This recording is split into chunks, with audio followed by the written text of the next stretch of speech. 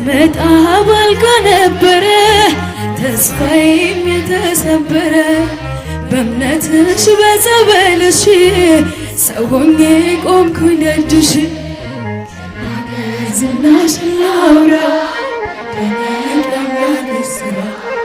ተጋድሎሽ የእምነቴ ጽናት ሆኖኛል የእምነቴ መብራት ታላቅ በሆነው እምነትሽ ታመንኩ